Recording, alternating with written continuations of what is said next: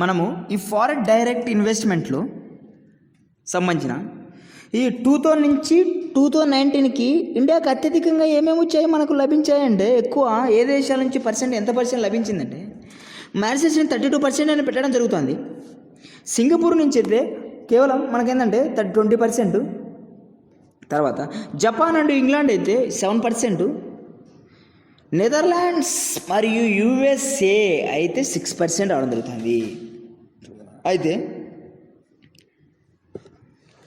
ఈ Mauritius and Singapore నుండి అధిక ఫారెన్ డైరెక్ట్ అంటే మనం చూడండి ఈ మ్యారిషస్ నుంచి 32 వస్తుంది %, ఈ సింగపూర్ నుంచి 20% వస్తుంది. ఎందుకు ఈ ఫారెన్ డైరెక్ట్ ఇన్వెస్ట్మెంట్లు ఇంత రావడానికి గల కారణం ఏంటంటే వాళ్ళ ఒప్పందమే DTAA, double taxation avoidance agreement.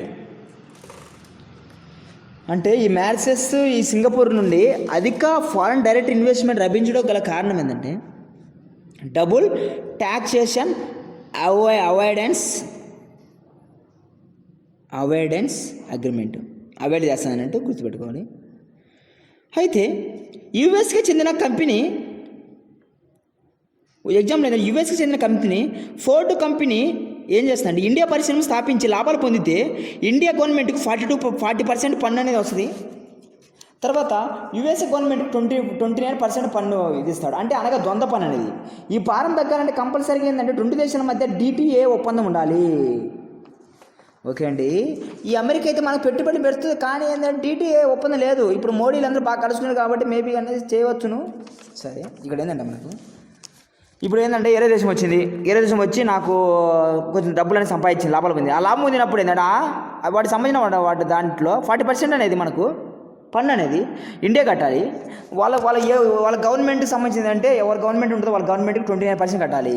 కానీ ఈ మ్యారిషస్ అండ్ ఈ 32 అంటే మ్యారిషస్ అండ్ సింగపూర్ అనేది ఆ విధంగా కట్టడం అవసరం లేదు. అంటే ఈ విధంగా ఆ ఒప్పందం అనేది ఉంది కాబట్టి. అయితే మనకనేది మొట్టమొదటిసారిగా మనకు ఈ మ్యారిషస్ అనేది 32% రావడానికి కారణం ఏంటంటే ఫస్ట్ ఇది 1981లో మ్యారిషస్తో DTA ఒప్పందం అనేది మనకు జరిగింది కాబట్టి. పన్ను ప్రయోజనం ఆశించే విదేశీ కంపెనీలు ఏంటంటే మ్యారిషస్ ద్వారా ఇండియాకి అనేది ప్రవేశించడం జరిగింది. అయితే ఇండియా లభించే లాభాలపై ఇండియాలో 40% పన్ను లేదా మ్యారిషస్ 3% అనేది ఏదో ఒక చోట చెల్లించే చాలు.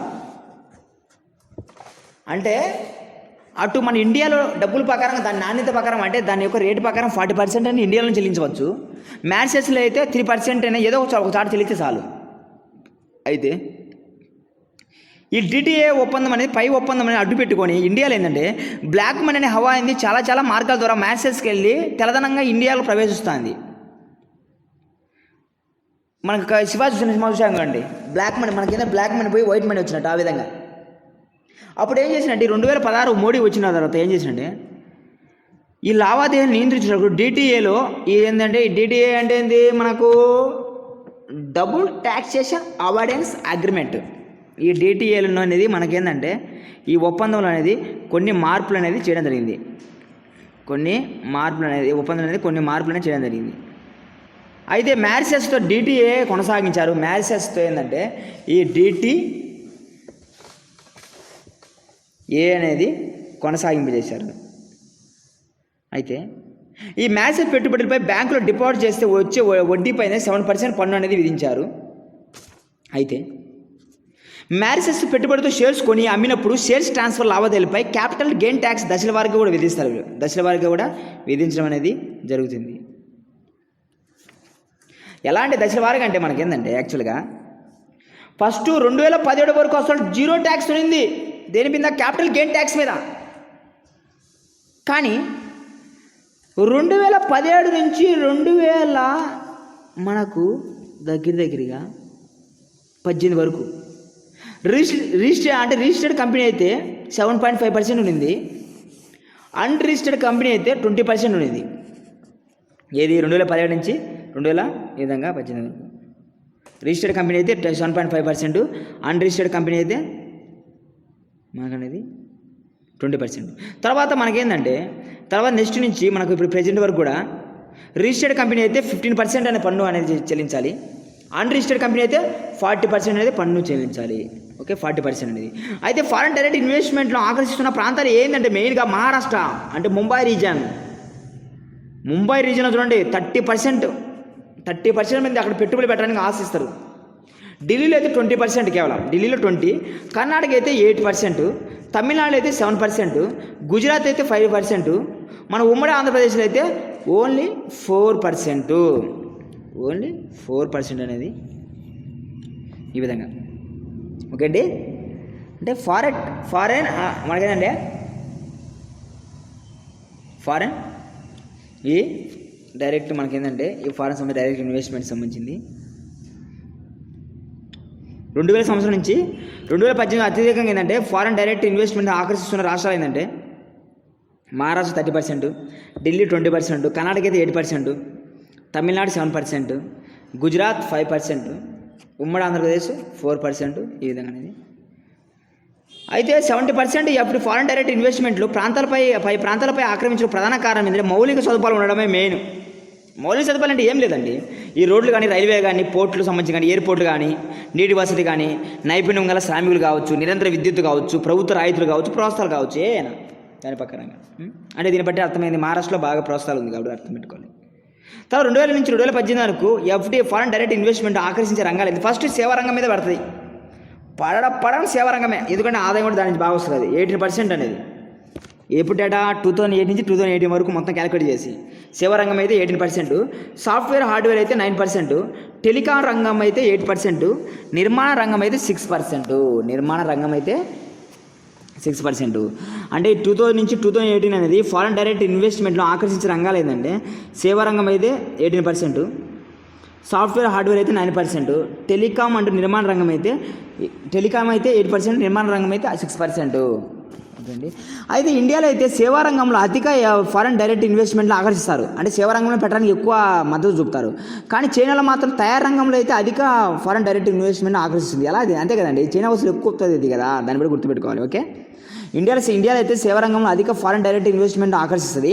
అయితే చైనా తయారు రంగంలో అయితే ఫారెన్ డైరెక్ట్ ఇన్వెస్ట్మెంట్ ఏంటంటే తయారు రంగంలో అనేది ఆకర్షించడం జరుగుతుంది. అయితే అధిక ఫారెన్ డైరెక్ట్ ఇన్వెస్ట్మెంట్ రావడానికి ఆకర్షించడం గల కారణం ఏంటంటే మెయిన్ ఈ మధ్య మోదీ ప్రభుత్వం అనేది మేక్ ఇన్ ఇండియా అనే నినాదంతో ఈజ్ ఆఫ్ డూయింగ్ బిజినెస్ అనే విధానాలను ఏర్పాటు చేయడం వల్ల. నెక్స్ట్ మనము FIIA అంటే ఫారెన్ ఇన్వెస్ట్మెంట్ ఇంప్లిమెంటేషన్ అథారిటీ, మనకేంది FIIA foreign investment implementation authority. అంటే ఇండియాకు లభించిన ప్రతిపాదనలో కేవలం 30% మాత్రమే కార్యరూపంలోకి వస్తున్నాయి. అంటే కొంతమంది ఇండియాకి సంబంధించిన ప్రతిపాదనలు వస్తాయి, పలానా కంపెనీ వస్తానని, కానీ 30% మాత్రమే కార్యరూపంలో వస్తున్నాయి అవి.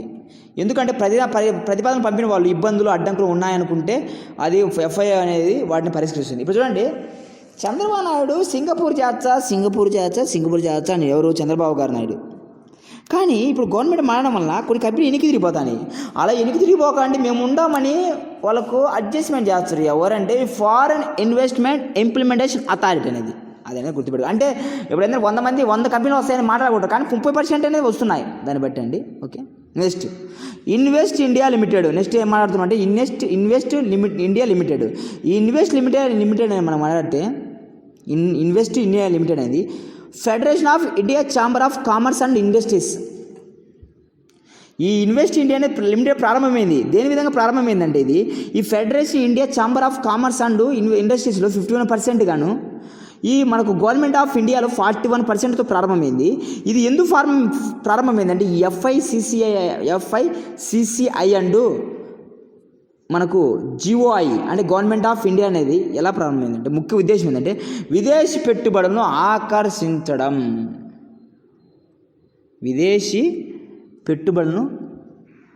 ఆకర్షించడానికి కోసం. ఏది FICCI federation of Indian chamber of commerce and industries 51%.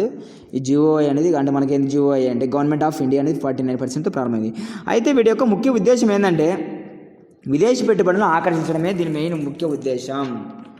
తర్వాత మనకేంటంటే UNCTA డి సిటిఏడి రిపోర్ట్ 2017 ఇది. అంటే యుఎన్సిటిఏడి అంటే United nations conference on trade and development నివేదిక ప్రకారంగా 2016లో అత్యధికంగా ఫారెన్ డైరెక్ట్ ఇన్వెస్ట్మెంట్లో ఆకర్షించిన దేశాలు ఏంటంటే USA, Hong Kong, China, India. Okay, అంటే దీని ప్రకారంగా ఓకే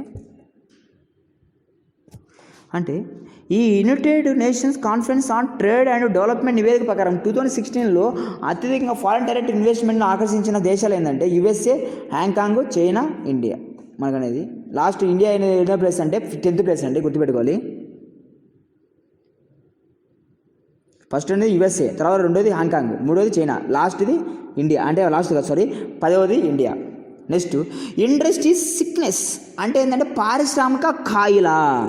ఏం లేదు, నేను సిక్ అంటే జ్వరం వచ్చిందని కాదు, అంటే అవి మనకేంటంటే ఇప్పుడు సిక్నెస్ అంటే జబ్బు పడి పాపం నీరసం ఉన్నట్టు, అదేవిధంగా కంపెనీ కూడా అదేవిధంగా నడుస్తా అన్నట్టు అర్థం. అది 1965-80 దశను పారిశ్రామిక కాయిల దశ అని అంటారు.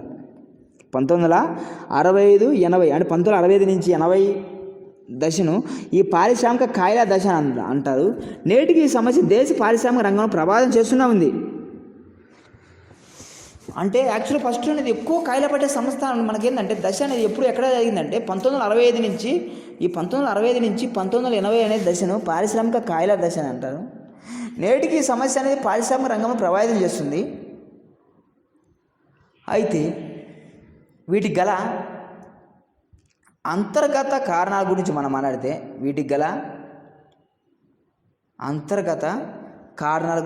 మాట్లాడితే పురాతన యంత్రాలు, యజమాన్య నిర్వహణ లోపం, కార్మిక యజమాన్య తగవులు, వస్తువులను మార్కెట్లోకి విక్రయించు నైపుణ్యం తక్కువ, ఉత్పత్తి వ్యయం అధికంగా ఉంటుంది, ఉత్పత్తిలో నాణ్యత అనేది తక్కువగా ఉండును, బ్యాంకు నుండి రుణ వసతి లభించడం కష్టం, అధిక పన్ను భారం. తర్వాత బహిర్గత కారణాల గురించి మనం మాట్లాడితే ఈ బహిర్గత కారణాల గురించి కఠినమైన చట్టాలు మరియు నిబంధనలు, విద్యుత్ కొరత. అంటే మరలా ఏంటంటే రిజర్వ్డ్ యొక్క లిస్ట్ అనేది తొలగింపు చేశారు.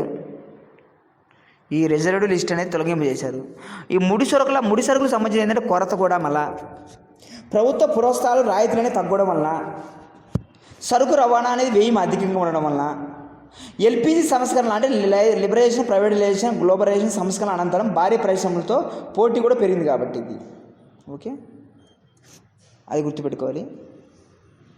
అయితే ఈ ఆర్బీఐ ప్రకారంగా నిరంతర మిగులును సృష్టించలేని పరిశ్రమ అని అర్థం.